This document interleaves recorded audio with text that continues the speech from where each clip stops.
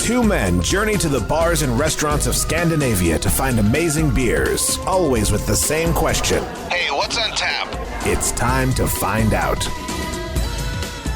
Welcome to What's on Tap podcast. We are once again here to drink some beer and talk about science.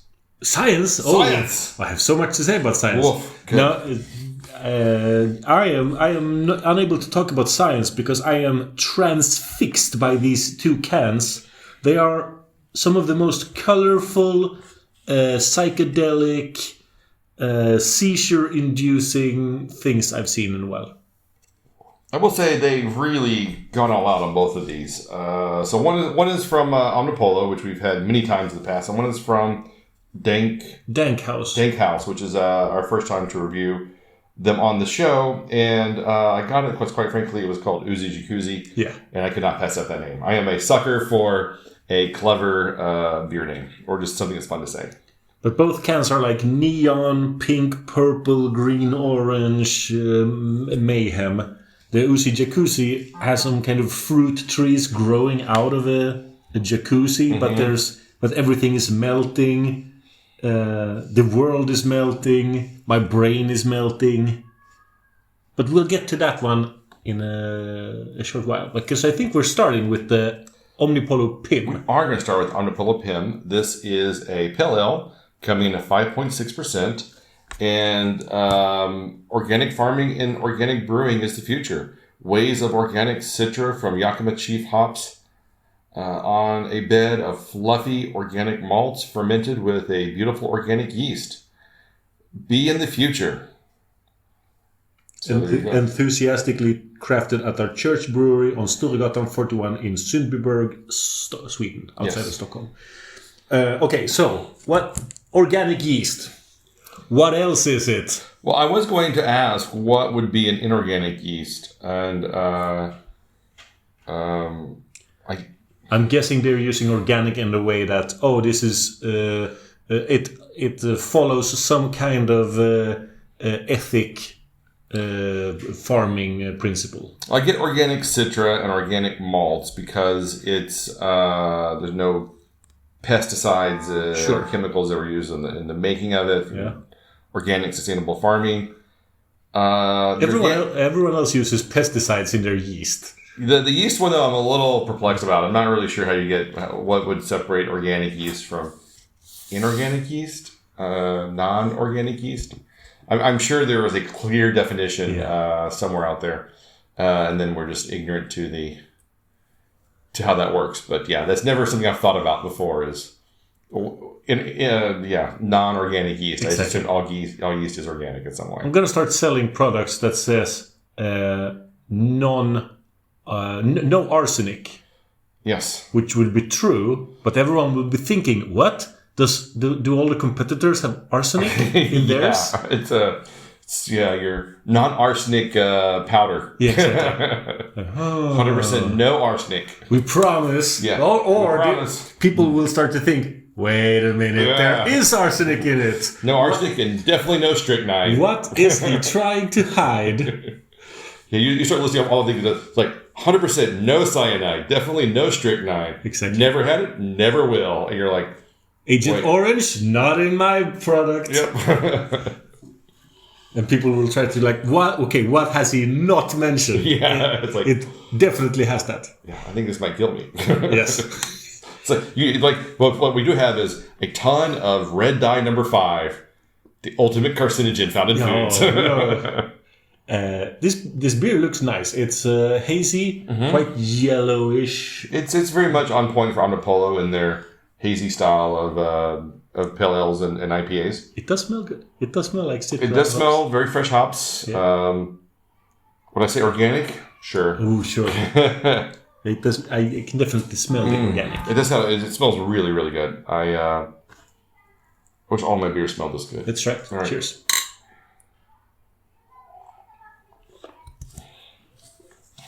That's really good. Normally, pale ales I find a bit thin and boring. Yep. This has a really nice mouthfeel to it. It's still on the lighter side because it's a pale ale, but the slightly bitter hop finish at the end, little sweetness in there from whatever sweetener they put into this. There's both oats and wheat in it. All right, so there you go. A lot of fermentable sugars in that. Yeah. But yeah, this has got a lot going on for a pale ale. But I really wish. I mean, we've had quite recently. We've had their various IPAs, like the hop selection Citra, and they don't taste this much of Citra. Why did they waste? I mean, if they made this one an 8% IPA, that would be a banger. Oh, so this isn't because this is a pale ale. You don't think it's much of a banger, or this is true. I would want a little bit more body, a little bit more oomph. Yeah, I think because of the coloring of it, you think, oh, this isn't going to be a hazy double IPA, and your mind is telling you that, Yeah, even though you know it's not. But also because of the flavor. I mean, it has a lot of this Citra IPA, like it has all the trappings of a Citra IPA, except the body to support it. Yeah, and this was sold at Systembolaget as a 4-pack. Yeah, so you couldn't buy them individually. I don't know why that was the case, because I'd easily drink this a lot. It's a very drinkable beer. It is. And it's just super tasty. Anything else you got on this one? I mean, the problem with these like pale ales and IPAs is they're very limited in how you're going to be able to discuss them. We run out of things to say. But we've started to see more and more Systembolaget, like not the regular releases, it's just the like local releases where they are limited to 4-packs or 6-packs. More so now than a year or 2 years ago. Sure. And it has to have something to do with pricing. I'm absolutely certain that because some products at Systembolaget are regionally locked, we cannot order them. That has to be because that brewer has said, no, don't do shipping for this. The brewers presumably take some kind of economic hit when they offer it up to be ordered everywhere, even though it's Systembolaget who ships them around in Sweden. Yeah, I think there is. I think maybe they have to make so many of them before it qualifies as something that can be shipped to other areas. I remember maybe that could be now we're just guessing now. I want to say I heard that many moons ago. I haven't really discussed the distribution methods of Systembolaget in a few years, but I want to say that was one of the things was you had to have enough of whatever you're making that you could that it was worth the effort to ship to other parts of the country. And that could definitely be it. And then in that case, if they didn't make enough of this PIM, then maybe they could qualify by making a 4-pack. Maybe that bridges some gap. Or maybe they just said we'll sell it as a 4-pack at this price point instead of trying to sell it as individually as cans. Because Omnipollo is putting out a ton of stuff out of their church now. I was looking at some of the upcoming weeks of Systembolaget releases, and there's quite a few things coming out from Omnipollo in the next few weeks. It's kind of exciting. And are all of them made at the church? Do you know that? I would be willing to bet that they are all made at the church. Yeah? I'd be surprised if they weren't. I haven't really gone that far into looking about them, where they're made, just that there's a lot of stuff coming out. But what do you give this? I'm going to give this a 4. I think it's a really solid pale ale.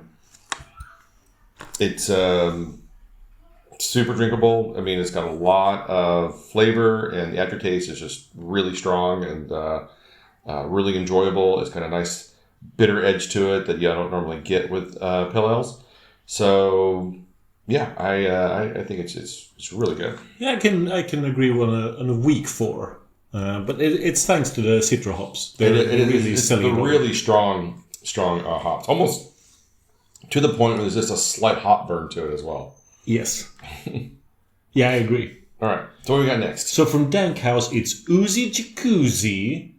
Oh no, we didn't roll this. Roll this one upside down for consistent pour. Contains real fruit, and we didn't roll it, but you did transport it Well, go grab another glass really quick, and then we'll just pour it into the glass to see what kind of additional funk comes out of it. Just kind of swirl it in the can a little bit, and then pour it into a glass, and we'll see and then maybe we can recombine everything and redistribute it again. The sea swirling, they hate them. All right. Oh, wow. yeah, there was a lot of stuff in the bottom there. Quite a different look. I'm just going to. Yeah, but it's not that. The difference isn't that wild. And I think when you smell it, I mean, all of those, because when you smell it, what do you smell on the nose? Marshmallow. Yeah. What else? Pineapple. And? 2 more. Grapefruit. Nope. Strawberry. Yes. Raspberry. Yes. Ah. Nailed it. Ding, ding, ding, ding, ding. Yeah, so I definitely... Grapefruit. Why would I even guess grapefruit? It's the worst guess ever. I know. I wasn't going to mock you for it, but... I panicked. Yeah, I get that. So this is a raspberry, strawberry, pineapple, marshmallow, sour. No, it's a natural marshmallow flavoring. Oh. No marshmallows gave their life. Exactly. 6% ABV. So yeah, once we mix it around and it gets kind of a funkier kind of color with some particulates hanging in it, like it's expected. Particulates. It does smell like strawberries and marshmallows, basically. So that's really nice. But it smells nice. Yeah, I think I'm gonna like this. The color's a little funky, but the smell is really good. Mm-hmm. So now I'm actually drinking from the second glass. Yes. Because I want those. It's a long aftertaste. Yeah, and it gets more like a gummy candy aftertaste, like you just had a mouthful of gummy bears or Swedish fish or something. Mm-hmm. Man, this is insane. This is right up there with what's it called, the Drecker Brain series, kind of things like that. They're not too dissimilar. They're quite alike. Nice, juicy, fruity sweetness to it, without being too sour or too sugary or whatever. It's really, and then there's a nice bit of a leftover texture in the glass from the pulpiness of it. Yep. Because some of those Decker beers were, I mean, you drink them afterwards and you're like, this glass is ruined. Yes. So DankHouse have been at least one MBCC festival in Copenhagen. But I only remember them from their IPAs. I remember those IPAs as pretty good. Yeah, I had an IPA from them a couple of weeks ago, and it was excellent. Yeah, it was really, really good. In a can. Yes. Yeah. Yeah. It was called Airport Lounge. Nice. And I think I gave it like a 4.25. It was really, really solid. Speaking of airports, the brewery is from Newark, Ohio. Mm-hmm. But in my brain, Newark is outside of New York. Right. It's where they have an airport. Yes. And in my brain, there's a town about 30 minutes from where I grew up called Newark. Newark. Right, because they're from the South. And it's... same spelling. And it was on the Arkansas River. Right. And it was a new city on the Arkansas River. Same spelling. So it's Newark. Ah. And then whenever my theater teacher from New York came down and everyone was talking about Newark, he was like, Newark, what's that? Like, it's the town up the road where the coal, the steam plant is. And he goes like, you mean Newark? I'm like, no. I mean, yeah, I guess you could pronounce it like that, but we call it Newark here. It's the same thing like, Houston or Houston. What? Where is Houston? In New York, it's one of in the financial district. There's a street. Oh wow, Houston Street. Yes, that's wild. Or rodeo or rodeo.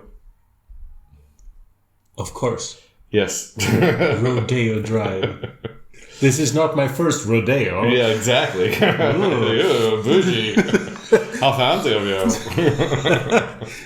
This beer is kind of fancy, but my glass is already being ruined by the particulates.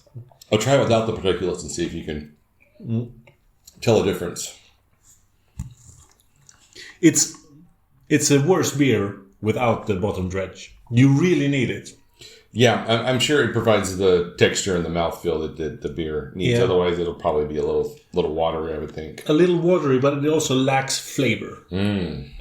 So the instruction to roll the can around is really good. It's really important information. Because it contains real fruit, but Exactly. not real marshmallows. No. Only natural marshmallow flavoring. Yeah, the essence of marshmallow. Exactly. The spiritual legacy of the marshmallow.